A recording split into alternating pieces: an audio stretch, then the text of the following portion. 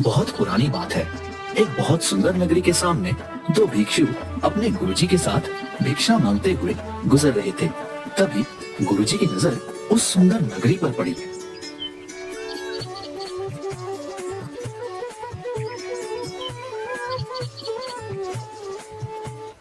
वाह वाह वाह, अति सुंदर।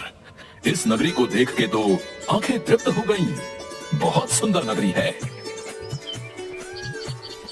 हाँ गुरुजी, बिल्कुल सही कहा। बहुत सुंदर नगरी है।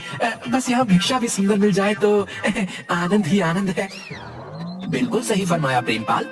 अब बस इस नगरी में झोली भर मिठाइयाँ और पकवान मिल जाए, फिर तो आनंद ही आनंद है। अच्छा अच्छा, ठीक है। चलो अब ध्यान से सुनो। कुछ भिक्षा में मिले तो भगवान को भोग लगे।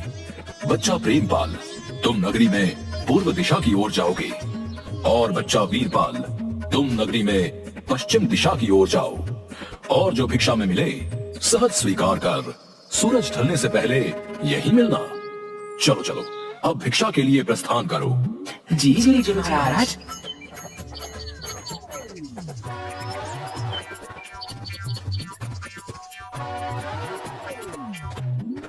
अरे वाह, चलो कोई तो दिखा। ऐसा करता हूँ, एक बार राशन का दाम पूछता हूँ। अगर सस्ता हुआ तो थोड़ा ले चलूंगा अपने साथ। गुरुजी महाराज बड़े प्रसन्न होंगे। क्यों बनिए, आटे का क्या भाव है? अरे अरे बाबा जी, प्रणाम बाबा जी। टके सेर बाबा जी। और चावल? वो भी टके सेर। और चीनी, चीनी क्या भाव दी? टके सेर। सब टके सेर? ये सब सच है क्या? एक बार दूसरी दुकान में पूछ कर देखता हूँ, उधर का क्या हाल है।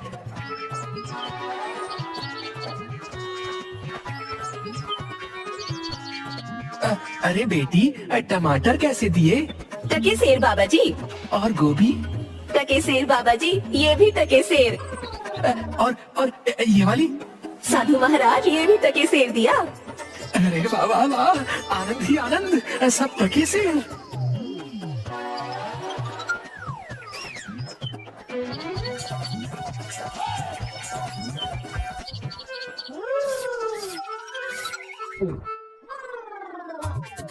ओ भाई हलवाई, मिठाई किस भाव देते हो? कौन हो? किस देश से आए हो?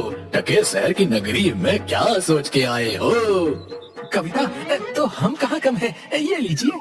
हम कहाँ से आएंगे भाई, अपना ना कोई घर ना कोई ठिकाना, जिधर शरण मिली उधर रात कटे, यही हम साधुओं का ठिकाना। अब जरा अपनी स्वादिष्ट मिठाई का मोल तो बताना।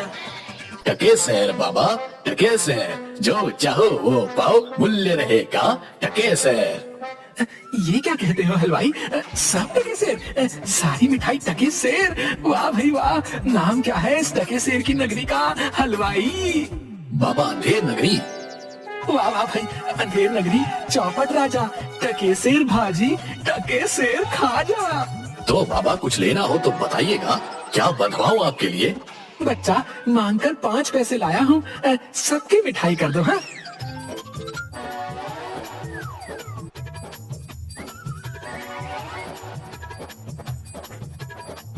वाह वाह वाह वाह, क्या किस्मत पाई है। आज तो भिक्षा में प्रभु ने प्रसन्न कर दिया। जय हो प्रभु, जय हो।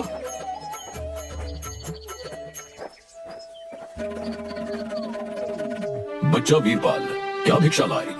गठरी तो बहुत भारी मालूम होती है। गुरुजी महाराज, 5 पैसे भिक्षा में मिले थे, उसी से गठरी भर मिठाई लाया हूँ। अरे बच्चा, 5 पैसे में गठरी भर मिठाई? ये कौन सी नगरी है? अंधेर नगरी, चौपट राजा, टके सेर भाजी, टके सेर खाजा। अरे राम राम राम राम, राम बचाए लाखों पाए। बच्चा, ऐसी नगरी में तो एक क्षण बिताना भी हमारे लिए उचित नहीं, जहाँ टके सेर भाजी और टके सेर खाजा दिखता है। गुरुजी, ऐसा तो संसार भर में कोई देश नहीं है जहाँ 2 पैसे पास रहने से मजे से पेट भरता है। मैं तो इस नगरी को छोड़कर नहीं जाऊंगा। हाँ, देख बच्चा, पीछे पछताएगा। मैं तो इस नगरी में एक पल भी नहीं रहूंगा। देख मेरी बात मान, पीछे पछताएगा।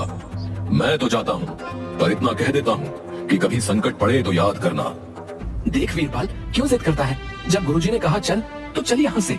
यहाँ रुकना उचित नहीं। अरे जा जा चिपको कहीं का, चिपका रहे अपने गुरुजी से। मैं तो इस नगरी में पेट भर खाऊंगा। तू भूखा भिक्षा मांग, मैं नहीं जाने वाला।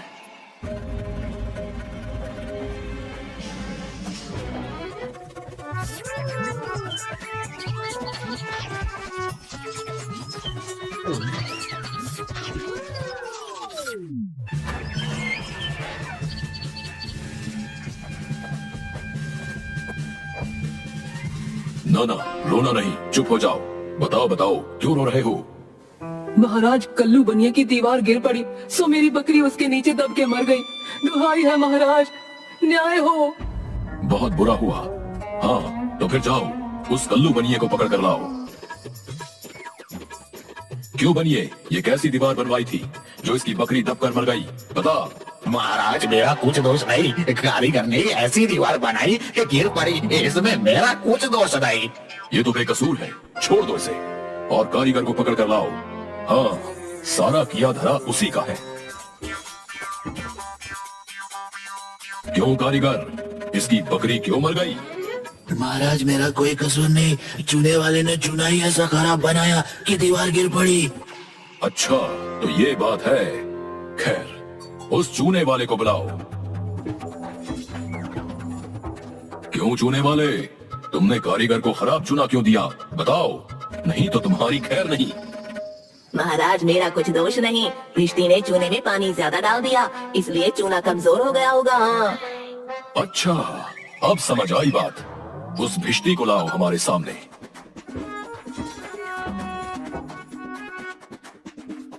क्यों भिष्टी, इतना पानी क्यों मिलाया तुमने कि इसकी दीवार गिर पड़ी और बकरी दबकर मर गई? महाराज, गुलाम का कोई कसूर नहीं, कसाई ने मशक ही इतनी बड़ी बना दी थी कि उसमें पानी ज्यादा आ गया। अच्छा, कसाई को लेकर आओ और इस भिष्टी को निकालो यहाँ से। क्यों कसाई, तुमने ऐसी मशक क्यों बनाई? महाराज, घड़िया ने टकेसर में इतनी बड़ी भेड़ मुझे बेची कि मशक बड़ी बन गई। अच्छा तो चलो, इस कसाई को निकालो यहाँ से और गडरिये को लाओ यहाँ पर। क्यों गडरिये, ऐसी बड़ी भेड़ क्यों बेची तुमने?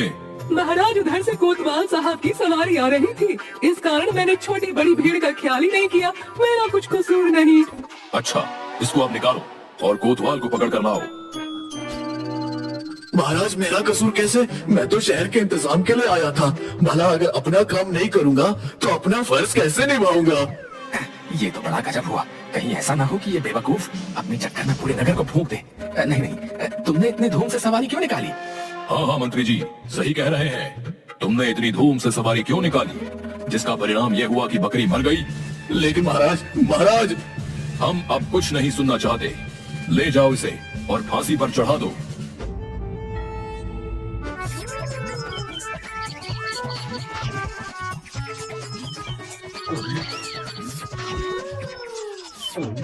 गुरुजी भी ना मुझे इस खूबसूरत नगरी से जाने को बोल रहे थे।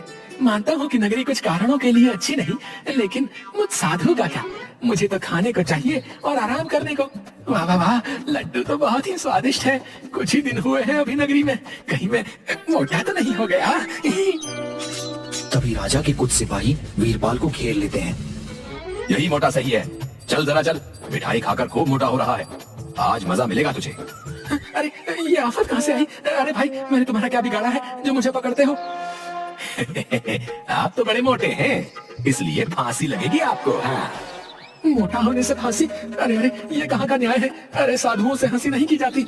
बच्चा, जाओ जाओ यहाँ से, मैंने भोजन कर लिया है, अब साधना का वक्त है, जाओ। साधना तो हम करवाएंगे, जब सूली पर चढ़ जाओगे तब पता चलेगा कि फांसी है या हंसी है। सीधी तरह चलते हो या घसीट कर ले जाएं?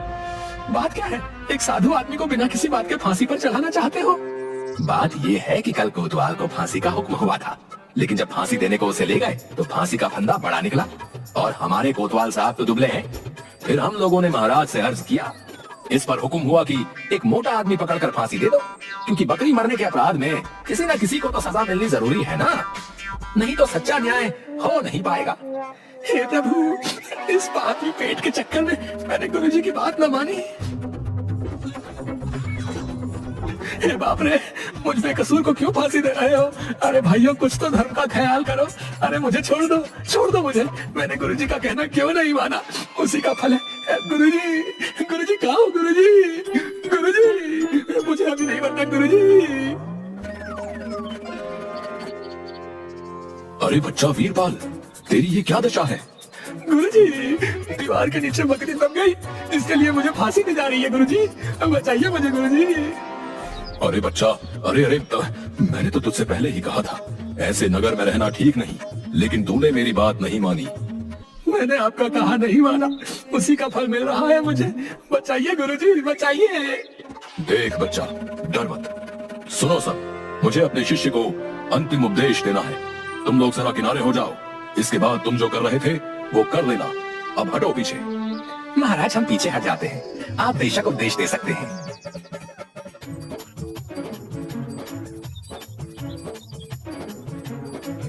तब तो गुरुजी, हम अभी फांसी पर चढ़ेंगे।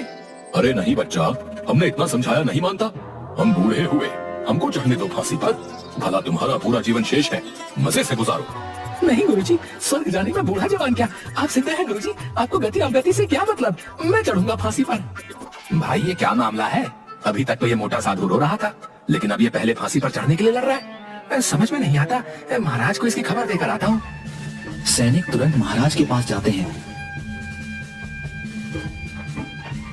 महाराज, एक चेले से मिलने गुरु आया, कुछ कान में बोला। तभी से गुरु चेले में फांसी पर चढ़ने के लिए लड़ाई चल रही है। गुरु कहता है मैं चढ़ूंगा, चेला कहता है मैं चढ़ूंगा।